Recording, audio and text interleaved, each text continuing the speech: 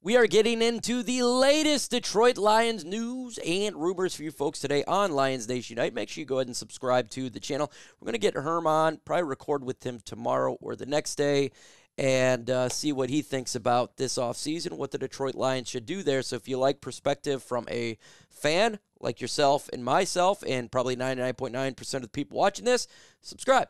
If you like to hear perspective from Herman Moore, former player, and other former players, hit that subscribe button. Everybody wants to hear from those guys. So we're trying to get to 10,000 slowly but surely in this offseason. Let's go.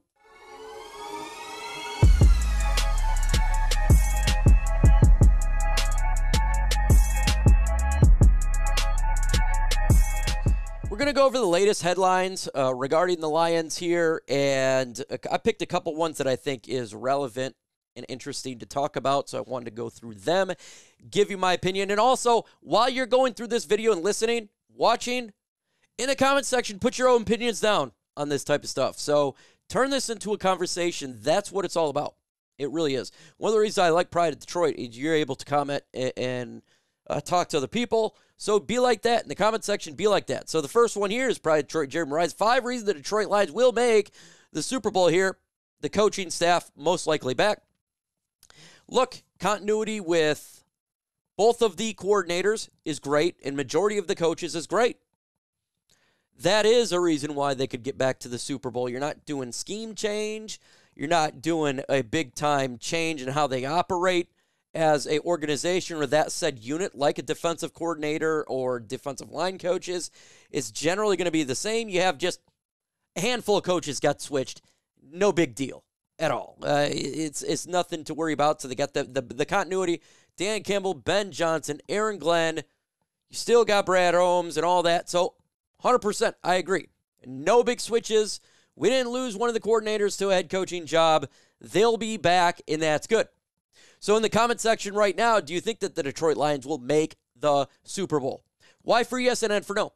Let me know your thoughts in the comments below. Let's continue on here with another reason. There's a little reason to expect regression.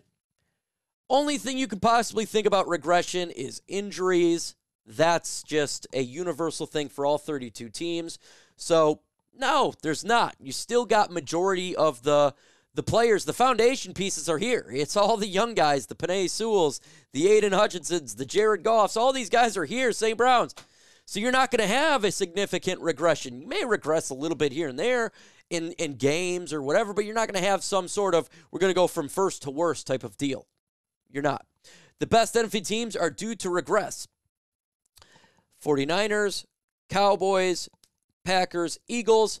That's good that they potentially could regress. Doesn't necessarily mean they are. Just because you're losing players, it doesn't mean you're going to regress either. So we got to be very cautious with this one. You can have teams that may look to regress, but they actually get better, right? They play better for whatever reason, and we just don't really know why. So I'm going to put a little bit of iffy on this one, but we'll see. The Lions core is young and talented, just like we talked about basically the first one. They are young and talented. Penei Sewell, St. Brown, all these guys, all our core foundation are young, and they're going to be here. We're not losing some big player.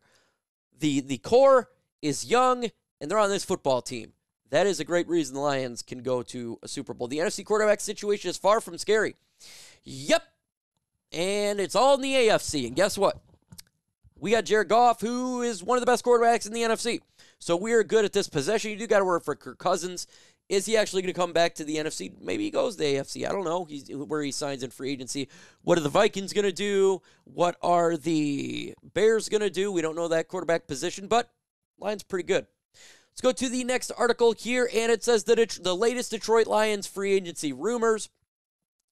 And they're talking about Jonah Jackson, and we've been saying this for a while. I don't know if Jonah Jackson is going to be back. I don't think he's back. I say 55% he's not, 45% he is, and that's one of the rumors here is doesn't look like they're going to re-sign Jonah Jackson. We've been saying that forever here. Josh Reynolds, he could be back as a number 3. He's expected to be replaced as a full-time starter, so instead of being 2 to a 3. He is a player that the Lions like, but does Reynolds want to be in that position? I think he does. I think he comes back because of he likes Detroit, Jared Goff, and he's 29 years old. He kind of knows his worth, and I think we all do as well. So things got shaky on the defense. Yeah, they need to expect. Everybody knows this. They're going to expect cornerback in position in the draft and free agency. I don't know if how this is a real rumor. It's just true. That's what they're going to do. They're going to do that. So, other spot, CJ Gardner-Johnson may look elsewhere for a starting job. Again, it's the same stuff that we know. We don't know if he's coming back. We don't know what CJ Gardner-Johnson wants. We don't know. We got Ifutu Mafanu. We got Kirby Joseph. We got Brian Branch. They're good there. I'd like to bring him back, but I don't know if he's going to come back. I'm thinking less likely, but I'd like him to come back. And nothing has changed from the rumor mill. So, question for you. Do you want CJ Gardner-Johnson to come back to the Detroit Lions? You want them to re-sign him? Y for yes and N for no. Let me know your thoughts in the comments below. Next article here to talk about, and Detroit Lions got some dead cap here. They do. We're fourth highest dead cap in the NFL, and that's a lot to do to the fact of players such as, try to get the list up here, Emmanuel Mosley, Charles Harris, Grant Glasgow, Teddy Bridgewater, Halapoulides, Vati Vaitai, and Romeo Okwara. Around $15 million dead cap. These guys will be off the books after this year, and it's going to be good there. The Lions, look, man, Brad Holmes got some bad contracts. They did. And it is what it is. Teddy Bridgewater retiring, not a big deal. Some of these guys, we don't know what's going on with CJ Gardner-Johnson. That could be some there. Maybe they extend him. But that's primarily where the dead cap hit is from the old guards that we've been talking about are going to be leaving soon. Romeo, Vaitai, Charles Harris. These are the guys that's kind of been sitting on our cap for a little bit. And they're fixing to be gone here real soon. And that's good for the Lions here. I honestly, look, $15 million dead cap hit's not the greatest in the world, but it's not like it's horrible. It's really not. It's not the worst thing in the world. We've been really good financially under Brad Holmes, these one-year deals, and doing good fiscally. You shouldn't be worried about it, about dead cap hit. You shouldn't be worried about any of that stuff going forward. So, in the comment section right now, are you worried or upset they only got $15 million dead cap hit? Why for yes and for no? I'm not. Don't really care.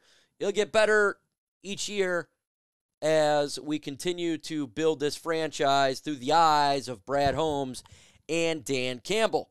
It will get better. I'm going to go through another article here. So we got some articles talking about big tag and trade potential about Brian Burns. Now, I 110% believe that Brian Burns is going to get franchise tagged with the Carolina Panthers. 100%. But rumors like this is coming out. Heavy.com, they're always doing something like this where they have the Detroit Lions making a trade for Brian Burns.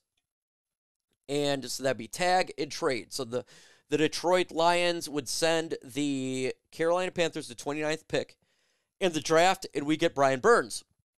25-year-old pass rusher, really good pass rusher for the Carolina Panthers. And that's what they want here from Brad Berrymans. And Heavy.com would like the Lions to see.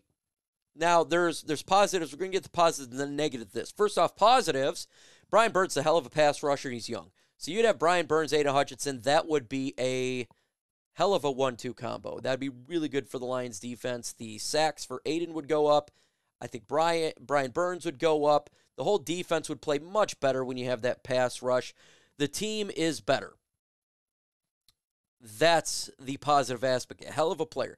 Negative aspect. You're going to have to pay Brian Burns. You're not going to want to give up a first-round pick for a one-year rental. That would be ludicrous. So you'd have to pay this guy, and it's going to cost the Lions a lot of money, and that's going to affect contracts down the road of Aiden Hutchinson, Penei Sewell, Aleem McNeil, Amon-Ra, St. Brown, Jared Goff, etc.